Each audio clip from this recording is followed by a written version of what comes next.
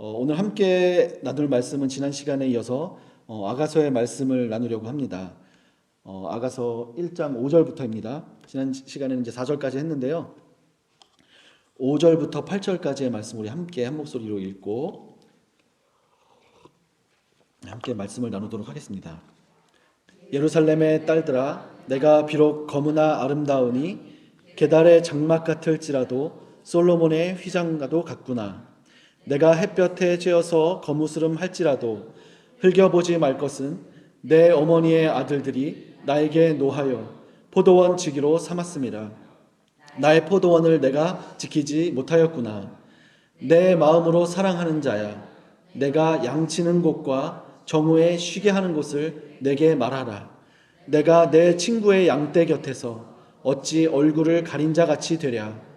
여인 중에 어여쁜 자야, 내가 알지 못하겠거든. 양떼의 발자취를 따라 목자들의 장막 곁에서 너의 염소 새끼를 먹일지니라. 아멘.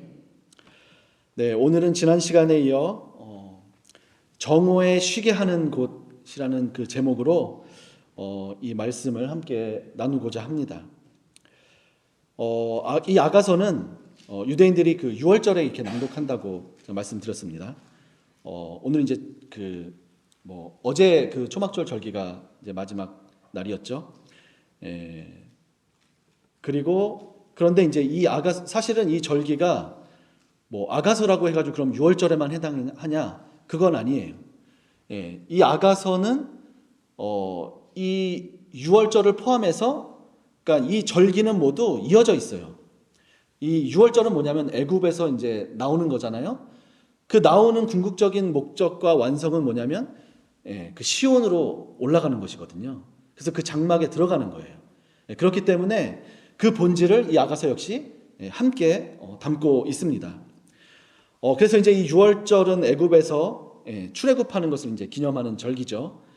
봄의 절기라고 합니다. 이 6월절은 4월 달에 이제 있습니다. 4월쯤에 이제 그 생명의 때라고 하죠. 겨울이 지나고 이 아가서 2장 11절, 12절에도 이제 나오는데 이 겨울이 지나고 한번 보여주세요. 비도 그치고 이제 이 우기가 이제 그 겨울이 우기거든요. 비가 오고 이것이 그치면 이제 봄이 오는데 그때는 그 광야와 메말랐던 땅에 이스라엘 땅에 꽃이 엄청나게 그 예쁘게 펴요.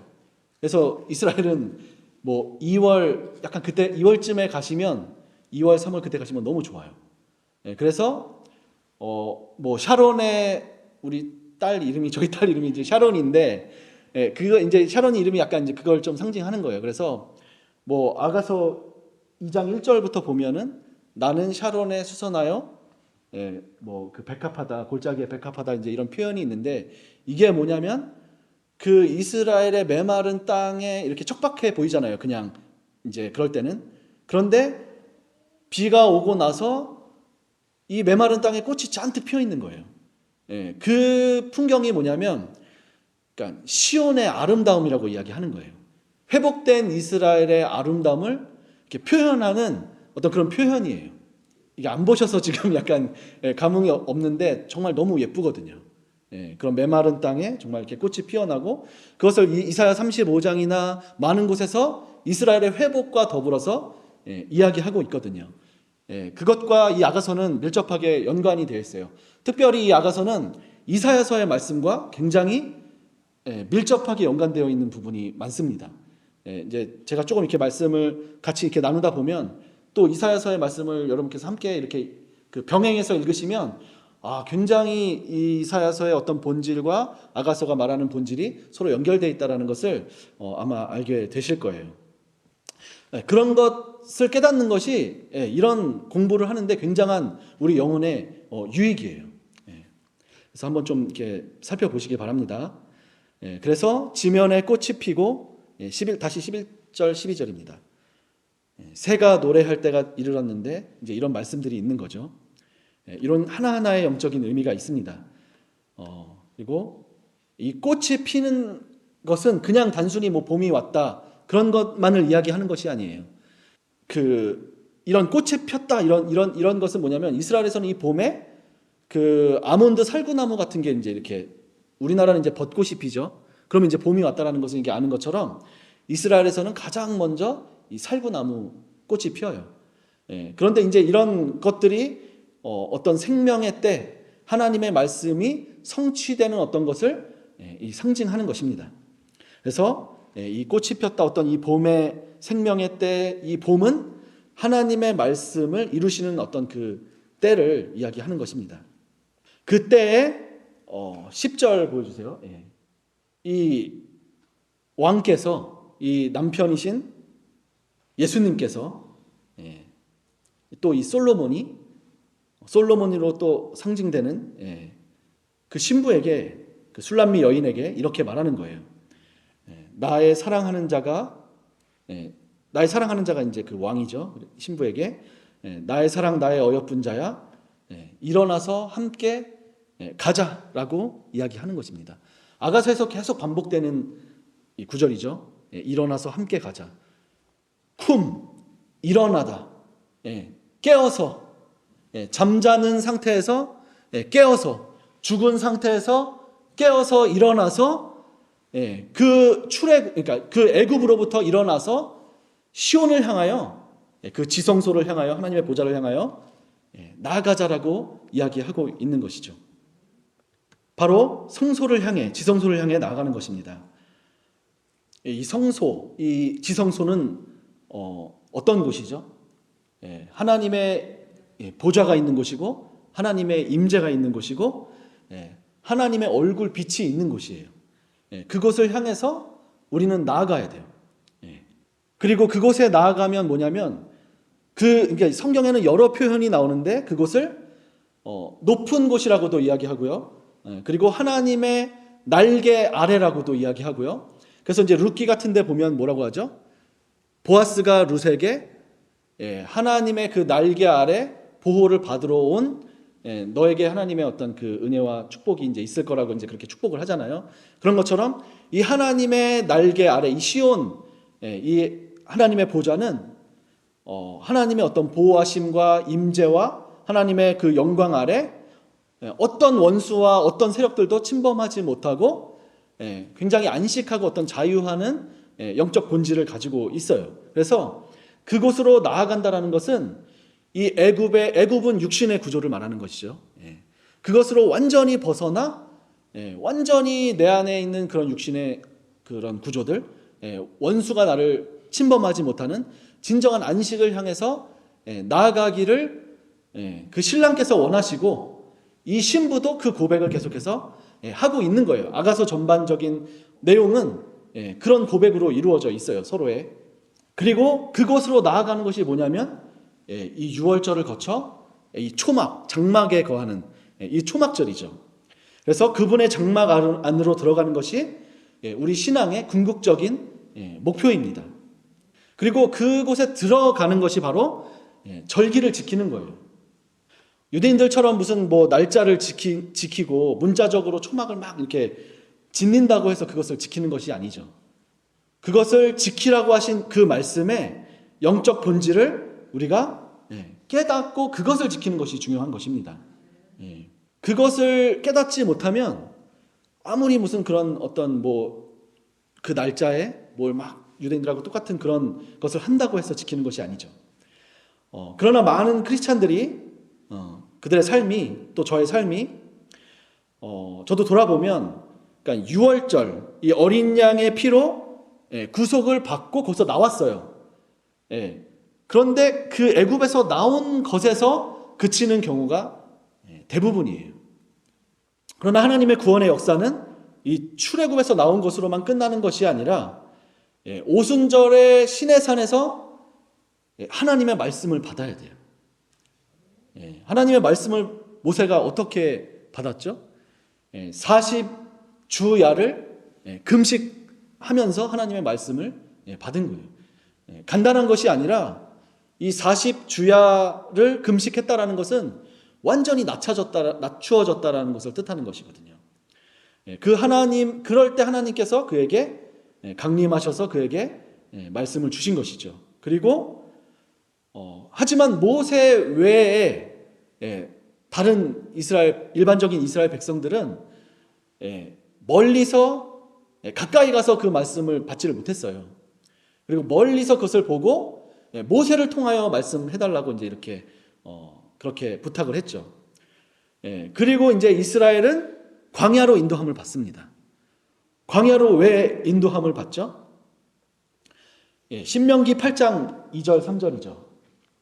광야 길을 왜 40년 동안 걷게 하셨냐면 하나님 이 신의 산에서 받은 말씀을 온전히 듣고 순종하는지 안 하는지 검증하시기 위해서 그 광야를 겪는 이 여정이 반드시 있는 거예요. 모든 믿는 사람들에게. 그리고 나서 뭐냐면 거기서 검증된 사람들만 안식의 땅으로 들어가게 되는 것이죠. 그래서 이 광야에서 뭐죠? 너를 낮추시고 너를 줄이게 하시며, 이 줄이게 한다라는 것은 이 먹을 것과 또 마실 것을 포함하는 것입니다. 그래서 만나를 먹이신 것은 오직 하나님의 입으로 나오는 모든 말씀으로 살게 하는 것을 배우게 하시려고 이것을 하신 것이죠.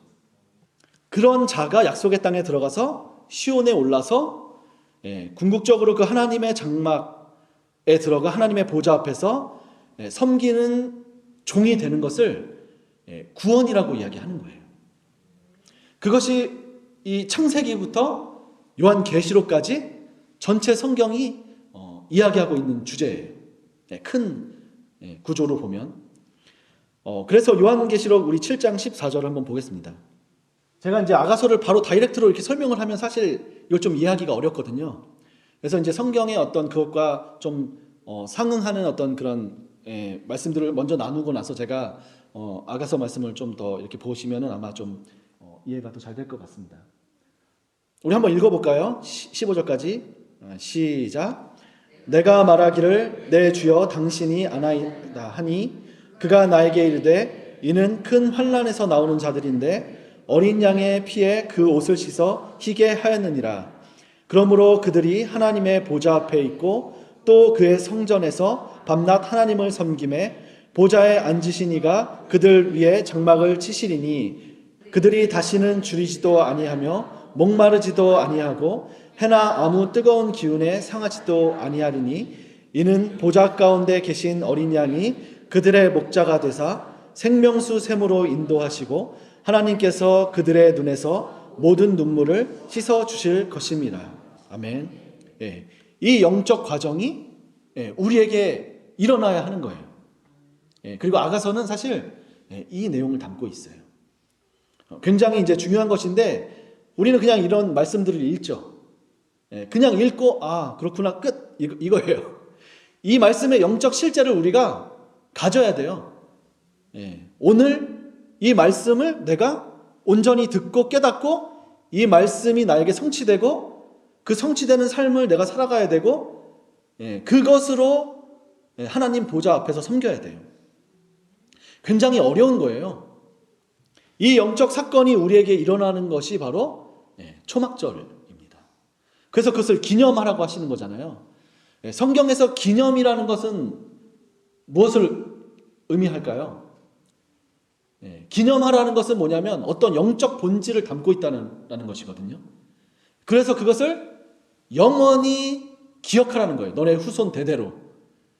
어떤 그 본질을 이 초막절 안에 하나님의 구원의 본질을 담고 있기 때문에.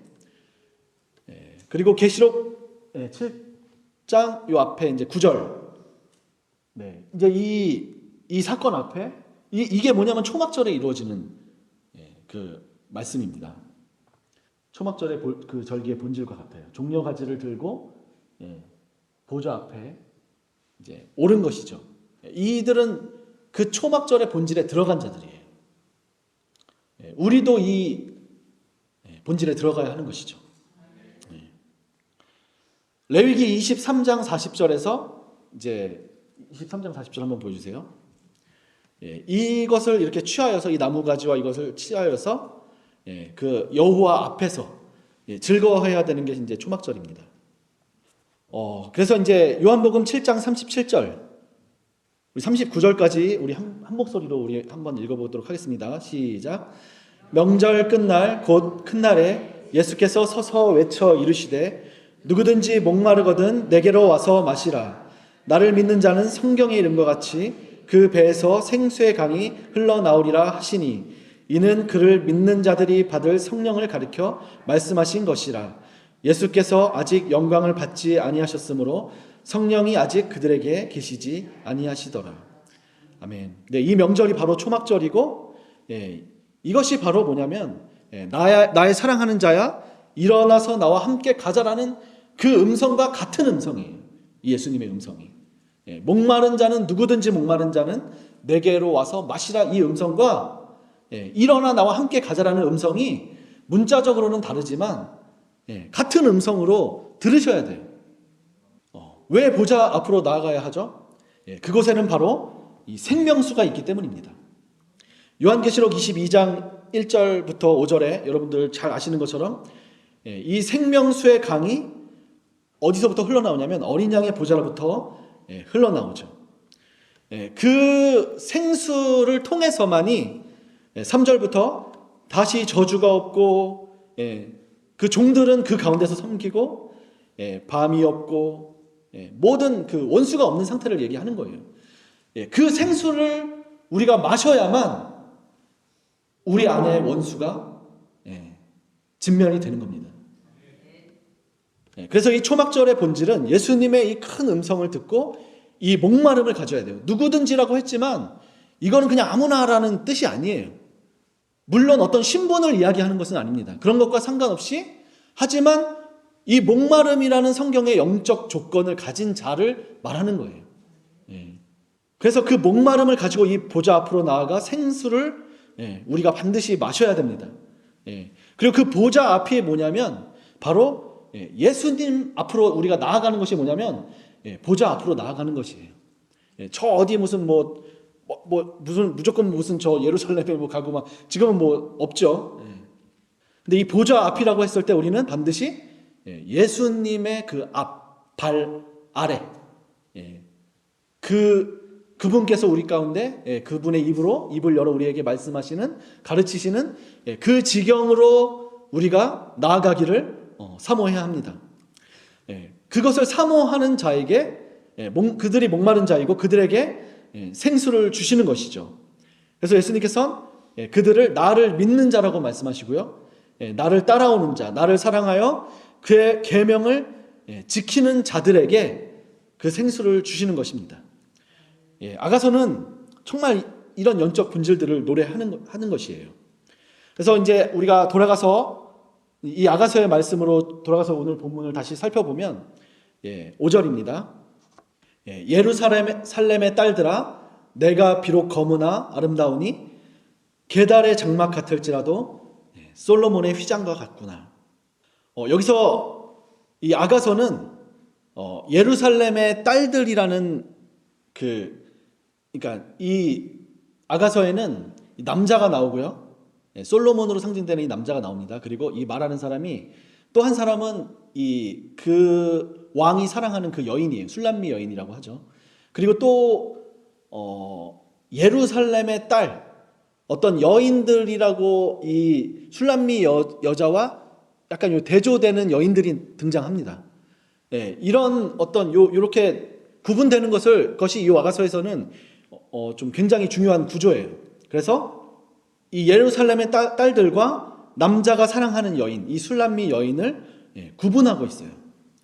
사실 이게 굉장히 중요한, 오늘 우리에게 굉장히 중요한 거예요. 이 구분이 굉장히, 사실 근데 이걸 나누려고 하면 나눌 게 굉장히 많아서 이거 좀 깊은 거는 나중에 나누겠지만 간략하게 나누면 이사야 10장 22절과도 같아요.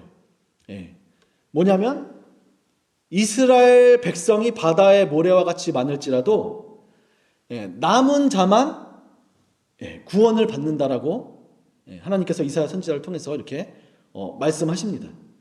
그러니까 뭐냐면 이 그러니까 예루살렘의 딸들은 이스라엘 중에 그 많은 백성들과 같은 자들이에요. 그런데 이 술람미 여인은 누구냐면 그들 가운데 남은 자와 또 같은 그런 여인입니다. 그러니까 이스라엘 많은 무리들 가운데 구별되고 왕의 택함을 받은 자예요. 예수님 당시에도 예수님을 따르는 그런 수많은 무리들이 있었지만 이 제자들만 산으로 나아가죠. 그리고 누가복음 13장 23절에서 보면 어떤 사람이 이렇게 예수님께 물어요. 주여 구원을 받는 자가 적습니까? 이렇게 물어봅니다. 우리는 이렇게 많을 거라고 생각을 하잖아요. 그런데 예수님의 말씀은 좁은 문으로 들어가기를 힘쓰라라고 말씀하시면서 들어가기를 구하여도 못하는 자가 많으리라라고 이렇게 말씀하십니다. 다른 사람의 이야기가 아니에요. 오늘 우리의 이야기고 또 저의 이야기고요. 25절부터 집주인이 문을 닫은 후에 밖에 서서 문을 두드리고 주여 주여 하면서 열어주소서라고 이들이 뭐라고 고백하죠? 주 앞에서 먹고 마셨다라고 얘기하죠. 길거리에서 주님의 가르침을 들었다고 이야기를 합니다. 그런데 주님께서는 너희가 어디서 왔는지 내가 알지 못하노라라고 그러면서 행악하는 자들, 행악하는 모든 자들은 주님 앞에 나아가서 그 생수를 마실 수가 없습니다. 엄밀히 말씀드리면 아무나 그 생수를 주시는 게 아니에요. 하나님의 선물은 아무에게나 주시는 게 아니에요. 근데 좀 오해는 없으시기를 바랍니다. 우리는 교회를 다니면 예수님을 주로 고백하면 다 구원받는다고 이렇게 생각을 하죠. 물론 그것은 초보적인 구원입니다. 그리고 그것은 중요하죠. 그러나 우리는 예수님의 이런 말씀을 들어야 돼요. 그냥 우리 생각으로 신앙생활을 하면 안 되고 우리의 어떤 교리나 우리의 어떤 전도나 어떤 이런 체제에서는 우리는 그렇게 이야기할 수 있지만 예수님께서 이렇게 말씀하시는 것에 대해서 정말 이걸 귀 기울여 들어야 할 필요가 있어요. 그래서 우리는 이미 구원받았고 이제 구원받은 자들로서 주님을 알고 있다고 생각하고 그 주님을 선포하고 전해야 된다라고 이렇게 생각을 하는 것이죠. 그래서 주님의 제자가 되어서 그분께 배워야 된다는 어떤 그런 생각보다는 스승이 되어서 이미 알고 있으니까 이제 스승이 되어서 누군가를 가르치는 자가 되려고 하는 거예요. 물론 가르치기도 해야 되죠. 하지만 먼저는 진정한 예수님의 제자가 되는데 더 힘써야 돼요. 이게 지금 우리 교회에 굉장히 부족한 부분이에요. 저는 올해 1월 달에 이제 이스라엘에 갔다 왔는데, 왜 갔냐면, 이번에 이제 저희 여정의 가장 중요한 그 목적이 뭐냐면, 예수님의 제자로 다시 헌신하는 것이었어요. 근데 오늘 누가 제자로서 다시 헌신하기를 구하는 사람이 누가 있나요? 다 이미 제자가 됐고, 나는 예수님의 제자로서 무엇을 하려고 하지만 우리는 진정한 제자가 되어야 돼요.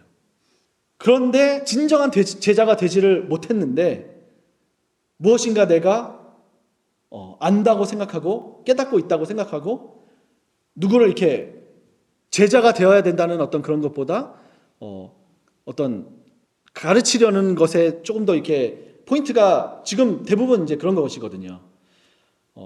저도 이제 제가 같이 이제 공부하시는 분들이 있는데 그분들을 보면 굉장히 이제 사역에 굉장히 이렇게 이제 더 중점을 두시는 분이에요. 어떤 이런 공부보다는 말씀보다는. 근데 그분들이 이제 사실은 이 말씀을 나누는 사역을 하시는 분들인데, 그러니까 이 말씀 연구보다는 그러니까 사역에 더 초점이 가 있는 거예요. 그래서 이제 제가 이제 뭘 느끼냐면, 말씀을 온전히 아는 것보다, 그러니까 물론 사역은 중요한 것입니다. 성도들을 돌보고 그렇게 하는 것은 중요한 것이지만 이 말씀의 본질을 온전히 깨닫지 못하는 상태에서 어떤 사역은 굉장히 무의미해질 수가 있는 것이거든요. 그리고 좀 어려운 얘기입니다. 그래서 우리가 예수님의 진정한 제자가 되기보다 이런 것이 먼저 앞서 있다면 이게 뭐냐면 스스로 지혜롭게 여기는 어떤 그런 구조 속에 있는 거예요. 우리 자신이. 저도 마찬가지고요. 그리고 스스로 그러니까 내 입으로 내가 의로워, 내가 그렇게 얘기는 안 하지만 스스로 의롭다 여기는 구조에 있을 수가 있습니다. 오늘 아가서에 나오는 예루살렘의 이 딸들이 바로 이런 영적인 구조를 가진 자들이에요. 그래서 오늘 이 말씀은 이런 구조에서부터 신랑이 일어나 함께 가자라고 말하는 이 신랑의 택함을 받은 여인이 소유한 믿음, 그 영적 구조가 무엇인지를 배우고자 하는 것입니다. 이 예루살렘의 딸들은 이 술람미 여인이 그들에게 뭐라고 말하냐면 신랑을 깨우지 말라고 얘기해요. 이들은 신랑을 깨울 수도 없어요. 그런데 이 여인은 뭐냐면 신랑이 이 여인에게 와서 일어나 나와 함께 가자라고 얘기하는 거예요. 이게 무슨 말씀인지 이해가 되세요? 그러니까 이 여인들과 이 술람미 여인과 비교해서 이렇게, 그러니까 이 예루살렘의 딸들은 예루살렘에 거하고 이 남자를 사랑하고 진정한 어떤 신부, 이 하나님의 백성이 왕의 백성이 이스라엘의 딸들이 되기를 원하지만 아직은 그 온전한 수준에 이르지 못하는 자들이에요. 그런데 이 여인은 뭐냐면 어떤 그런 왕이, 그러니까 아름답게 보는 왕이 이 여인을 볼 때 그러한 그것에 그 왕이 그 마음에 합한 진정한 신부요 어떤 제자의 영적인 본질의 구조를 가지고서 그것을 추구하는 자이거든요. 그래서 이 여인의 믿음과 어떤 이 추구를 우리가 배워야 되는 거예요. 이 아가서를 통해서 제가 그것을 이야기하고 있는 것입니다.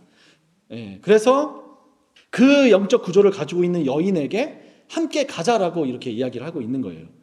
제가 이제 본문 하나하나를 보면서 설명해야 되는데 너무 이제 광범위하다 보니까 제가 빨리 하느라고 좀 이제 그랬는데, 아무튼 그래서 이 여인의 이 믿음을 우리가 본받고 남은 자가 되는, 그러니까 그 왕과 함께 그곳에 오르는 자가 되는 것이 바로 구원의 완성이고요.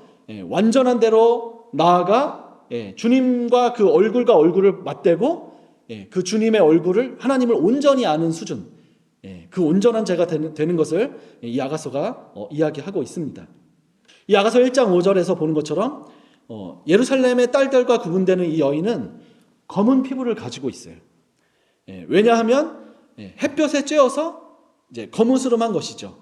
이 검다라는 것은 이 샤호르라는 단어로 되어 있는데, 그러니까 이 햇볕에 쬐어서 6절에 이야기하고 있죠. 내 피부가 검해졌다. 이것이 뭐냐면 우리가 앞에서 읽었는데 계시록 7장 16절에서 말하는 것처럼 해나 뜨거운 기운에 상하는 것을 이야기하는 거예요. 이것과 같은 본질입니다. 근데 해나 뜨거운 기운에 상하는 것이 무엇이죠? 욥기 30장 28절에서는 이 샤홀이라는 단어가 똑같이 나옵니다. 그런데 뭐냐면 내가 복을 바랬더니 화가 왔고 광명을 기다렸더니 흑암이 왔구나, 이렇게 쭉 얘기하면서 햇볕을 쬐지 않고도 검어진 피부를 가졌다. 욥이 이제 고백하는 겁니다. 그리고 나는 이리의 형제요 타조의 버시로구나. 내 피부는 검어졌고 내 뼈는 열기로 말미암아 탔다. 내 수금은 통곡이 되었고 내 피리는 애곡이 되었구나. 이렇게 고백한 이 고백과 동일한 본질을 사실 가지고 있습니다. 그래서 뭐냐면 이 해나 뜨거운 기운에 상하는 것이 뭐냐면 이 욥기 30장 1절부터 보면 여기서 그러니까 1절에는 욥보다 젊은 자들, 어린 자들이 욥을 향해 비웃어요. 그런데 그 자들은 어떤 자들이냐면 그 자들의 아비들이 내가 보기에 양떼를 지키는 개 중에도 들만 하지 못한 자들이라고, 이렇게 아주 그냥 비천한 자들이라는 것이죠. 근데 그런 자들까지도 나를 비방한다. 그러면서 쭉 나오면서 8절에서는 그들은 본래 미련한 자의 자식이고 이름 없는 자들의 자식으로서 이 고토에서 쫓겨난 자들이라고 이렇게 이야기하죠. 그런데 그들에게 내가 노래로 조롱거리가 되고 놀림거리가 되었고 내 얼굴에 침을 뱉고, 이제 이런 것이 뭐냐면 이런 모든 것을 다 이제 이렇게 포함해서 내 자신이 이런 것을 통해서 내 피부가 검게 탔다라고 이렇게 이야기하는 거예요. 그 환난을 통해서. 그래서 내 노래소리는 통곡이 됐고 수금이 됐고 내 피리 부르는 소리는 애곡이 되었다고 이렇게 고백을 하고 있는 것이죠. 그러니까 완전히 그 환난 가운데 있는 거예요. 20절에 주님께 부르짖지만 응답이 없어요. 이 욥은 뭐냐면 자신이 여기서 이리와 타조의 벗이라고 이제 이렇게 고백을 하는데, 정말 이것은 뭐냐면 환난을 통해서 욥이 완전히 낮춰진 자가 되는 것을 이야기하고 있는 것입니다. 그래서 이리와 타조는 뭐냐면 성경 레위기 11장이나 신명기 14장에서 부정한 짐승이에요. 나는 부정한 짐승들과 친구라는 거예요. 그리고 그러니까 이것은 뭐냐면 한마디로 나는 죄인이로소이다라고 스스로 고백하는 상태를 이야기하는 것이죠. 한마디로 말씀드리면 누가복음 18장 13절입니다. 이 세리와 죄인, 이 창기들과 같이 이 예수님 당시에 이 성전에서 섬기는 유대의 지도자들은 뭐냐면 스스로 이제 의롭다고 하는 자들이고요. 여기서 이 세리와 죄인들은 뭐냐면 감히 눈을 들어 하늘을 쳐다보지도 못하고 가슴을 치면서 나를 불쌍히 여겨달라고 나는 죄인으로서이다 라고 이렇게 고백하는 그 본질을 가진 자들입니다. 예수님께서 뭐라고 말씀하시냐면 이 바리새인이 아니고 이 사람이 이 자기를 죄인이라고 말하는 사람이 의롭다 하심을 받고 그의 집으로 내려갔다라고 말씀하시면서 높이는 자와 낮추는 자를 말씀하십니다. 그러니까 이 고백은 뭐냐면 낮아진 자들, 낮추어진 자들의 고백인 거예요. 하나님께서 환난을 통해서 이것을 만드시는 것이죠. 그리고 이런 고백을 가져야 진정으로 주님을 따를 수 있는 그 영적인 조건이 만들어져요. 우리는 이런 거를 잘 생각하지 않는데요. 그래서 누가복음 5장 8절에서는 우리의 그 제자의 가장 그 선배이죠. 예수님의 제자의 가장 선배된 이 시몬 베드로조차도 주여 나를 떠나소서. 그 전에는 목숨까지도 뭐 주를 위해서 죽는다라고 얘기하고 막 칼로 막 주님을 막 잡아가려고 하는 사람의 귀를 막 치고 했었잖아요. 그런데 완전 자신 있고 주와 함께 막 죽으러 가자라고 이렇게 했던 베드로가 이제는 뭐냐면 예수님 무릎 앞에 엎드려서 나를 떠나소서 나는 죄인입니다라고 이렇게 고백을 하는 이게 뭐냐면 베드로가 이제 낮춰진 것이죠. 그러자 10절에서는 예수님께서 이제야 이후로는 내가 사람을 취하리라 라고 말씀해 주시는 거예요. 진정으로 사람 낚는 어부가 이제 너는 겨우 될 수 있는 그 영적 조건을 갖추었다라고 말씀해 주시는 것이죠. 오늘 우리도 마찬가지입니다. 그러고 나서 이거 예수님 이제 그 부활하시고 나서 말씀하시는 것이잖아요. 다시 이제 예수님을 따라요. 이 제자들이.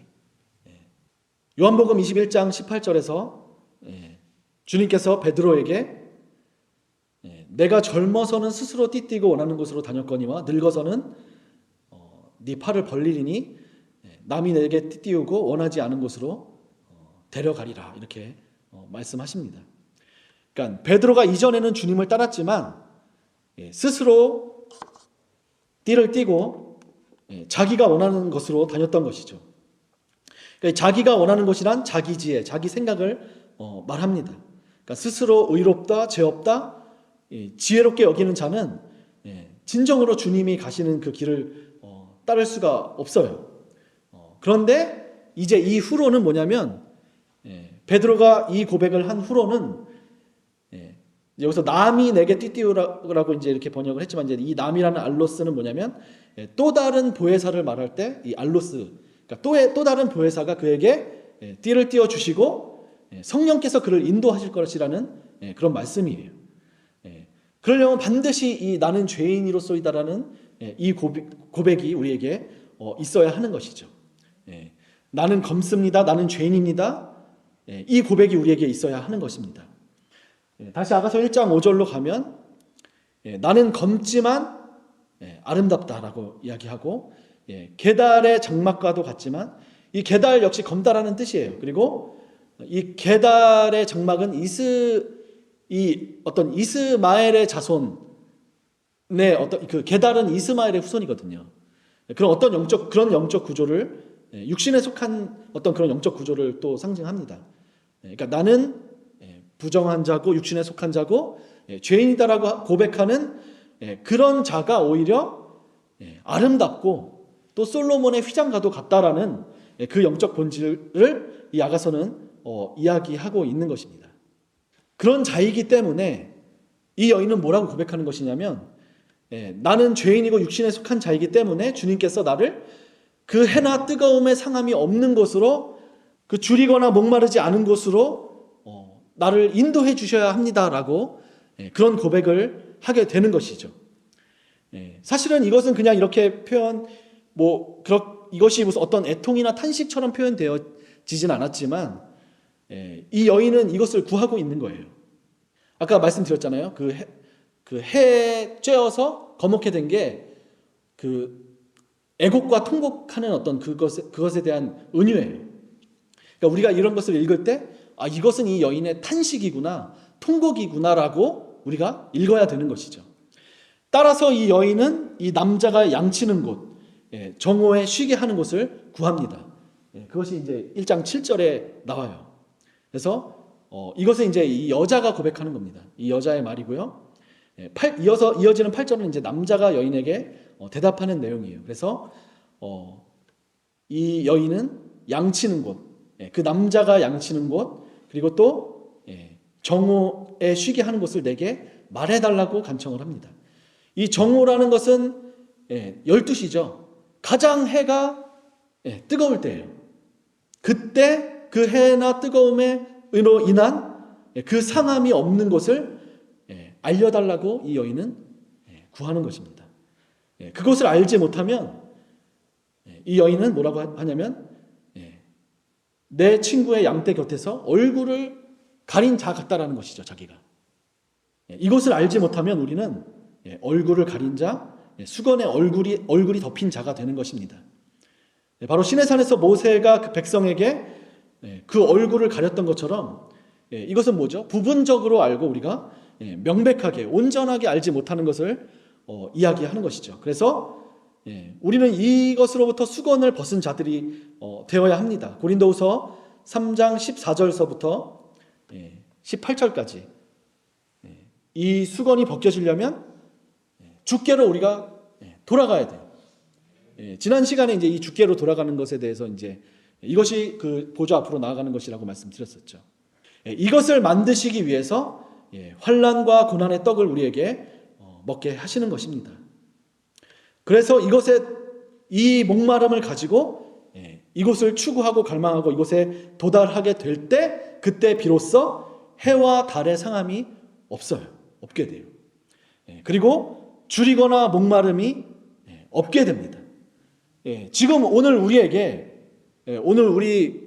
열방의 교회에게 여러분 개개인에게 제 자신에게 이런 상함과 해됨이 없나요? 그냥 평안하신가요? 우리는 사실 너무 많은 상함과 해됨과 목마름과 주림이 있는데 사실 그것을 잘 감각하지 못해요. 그리고 우리는 뭔가 알고 있다, 부요하다, 목마르지 않다, 줄이지 않다라고 입술로 그렇게 고백하지는 않지만 이것을 추구하지 않고 있는 것 자체가 그런 영적 구조에 있는 거예요. 그래서 우리는 이것을 반드시 구해야 됩니다. 시간이 이제 없어서 시편 121편 6절에 이 시편 121편은 성전에 올라가는 노래예요. 이 성전으로 올라가야 이 낮의 해와 밤의 달이 상하게 하고 상함과 해됨이 없게 되는 것이죠. 이 해와 달은 광명체들이고 이 빛을 받아서 그것을 비추는 존재들인데 하나님의 말씀을 받아서 그것을 전하고 가르치는 왕, 제사장, 선지자들, 이스라엘의 지도자들과 같은 존재들을 말하는 것입니다. 그런데 왜 이것이 상하게 하냐면 그들이 온전한 하나님의 그 진리의 빛을 비치지 못하고 있기 때문에 온전한 진리가 아니라 부분적인 것으로 사람의 계명으로 장로들의 유전으로 이것을 전할 때 상하게 되거든요. 베드로후서 2장 6절에서 그 롯이 소돔과 고모라에서 그 무법한 자들의 음란한 행실로 말미암아 고통을 당해서 불법한 행실을 그것을 날마다 보고 들음으로 그 의로운 심령이 상했다라고 그 말하고 있잖아요. 그것과 같이 상하게 되는 거예요. 상함을 입는 거예요. 그것이 없는 곳, 오직 하나님의 영과 진리와 그 생수가 흐르는 곳으로 인도해달라는 것이 바로 이 아가서의 여인의 고백입니다. 그리고 이 아가서는 시편 23편, 지난 시간에도 말씀드렸지만 이 시편 23편 전체가 이 아가서의 그 배경이에요. 이 푸른 초장과 실만한 물가가 아가서를 읽다 보면 계속 이곳에 대한 동산이나 은유가 계속 나와요. 결국엔 이곳으로 인도해 달라고 하는 것이죠. 양들이 풀을 뜯는 곳, 정오에 쉬는 곳이 바로 여호와, 나의 목자이신 여호와 하나님께서 우리를 인도하셔서 내 영혼을 소생시키시고 이 의의 길로 인도하시는 그 지경이 바로 이곳이죠. 이사야 49장 9절입니다. 그러니까 이 흑암에 있는 자들에게, 이 검은 자들에게 이 줄이거나 목마르지 아니함이 있으려면 그들을 긍휼히 여기시는 이가 그들을 이 샘물 근원으로 인도해 주셔야 돼요. 이것이 이사야서에서 하나님께서 이스라엘을 회복해 주신다는 하나님의 그 약속이에요. 그래서 아가서는 아까 처음에도 말씀드렸는데 이사야서와 굉장히 연관이 깊습니다. 이사야서 4장하고 한 절만 더 보고서 이제 말씀을 마쳐야 될 것 같은데요. 이사야서 4장 5절입니다. 그러니까 예를 들면 여호와께서 거하시는 온 시온산과 모든 지폐 위에 낮이면 구름과 연기, 밤이면 화염의 빛을 만드시고 초막이 있어서 이제 이게 뭐냐면 출애굽 때 하나님께서 이스라엘에게 행하신 일인데 이것을 시온에게 동일하게 행하시겠다는 거예요. 이게 이제 초막절의 본질이죠. 그런데 이 말씀은 이 이사야 앞에서부터 읽어보면 뭐냐면 1장부터 읽어보면 하나님께서 소돔과 고모라와 같은 그 이스라엘 패역한 그 이스라엘을 멸망시키시고 다시 회복시키신다는 그런 내용이에요. 그렇기 때문에 우리는 이 회복 가운데 우리가 들어가기 위해서 반드시 이 시온에 나아가야 합니다. 위로 2절부터 한번 보여주실래요? 그래서 이 시온으로 우리가 왜 나아가야 하냐면, 그러니까 이 나아가는 것이 뭐냐면 아까 남은 자를 이제 제가 처음에 말씀드렸는데 바다와 같이 많은 그 모래와 같은 이스라엘의 백성이 있을지라도 이 이스라엘의 피난한 자를 하나님께서 구원하시거든요. 그리고 그들을 영화롭고 아름답게 보시는 거예요. 어떤 아름다움을 구하시는지 모르겠습니다.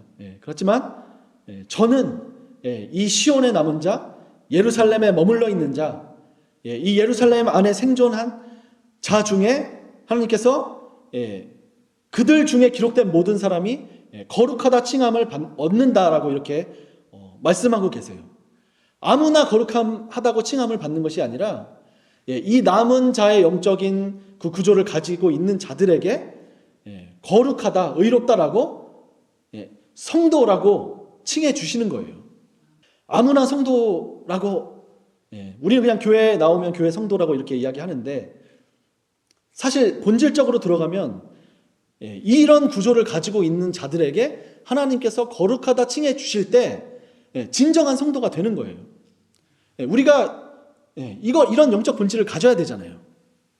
그래서 4절에 심판하는 영과 소멸하는 영으로 이 더러움을 씻기시고 정결하게 하시는 일을 하시는 것이죠. 그래서 이사야 2장 2절에서는 그것을 위해서 시온에 반드시 그 산에 여호와의 산에 올라오라고 그렇게 말씀하십니다. 그곳에서 의의 길로 우리를 인도해 주시고 가르쳐 주시고요. 마지막으로 1장 8절, 아가서 1장 8절에서는 이제 신랑이 신부에게, 이 남자가 이 여인에게, 술람미 여인에게 이렇게 말합니다. 여인들 중에, 항상 이렇게 얘기해요. 그냥 어여쁜 자라고 얘기하는 것이 아니라 그 여인들 가운데 어여쁜 자야 라고 말씀하시면서 내가 그것을 알지 못하겠거든 양떼의 발자취를 따라 목자들의 장막 곁에서 너의 염소 새끼를 먹여라 라고 이야기합니다. 이 여호와의 말씀, 예수님의 말씀이죠.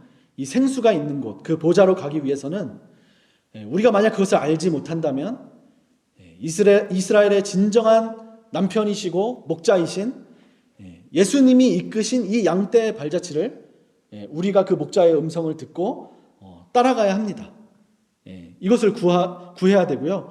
예수님께서 그 양떼를 먹이시고 이 정오에 쉬게 하는 곳으로 우리가 온전히 인도함을 받을 때 이것을 정말 구해야 돼요. 이것을 구하고 이곳으로 인도함을 받을 때 그때 비로소 우리는 베드로처럼 우리도 주님을 사랑해서 주님의 양떼를 먹이게 될 수가 있는 거예요. 예수님께서 나를 사랑하면 내 양을 먹이라라고 베드로에게 말씀하셨잖아요. 그러면서 이제 네가 스스로 띠를 띠고 네가 원하는 곳으로 다녔지만 이후로는 성령께서 너에게 띠 주시고 성령께서 원하시는 곳으로 너를 이끌어 주실 것이다. 그 지경이 바로 뭐냐면 이 목자가 양을 치는 곳이고 정오에 쉬게 하는 곳이에요. 이 초막절의 본질이 있을 때 우리도 주님의 양들을 진정으로 먹일 수 있게 됩니다.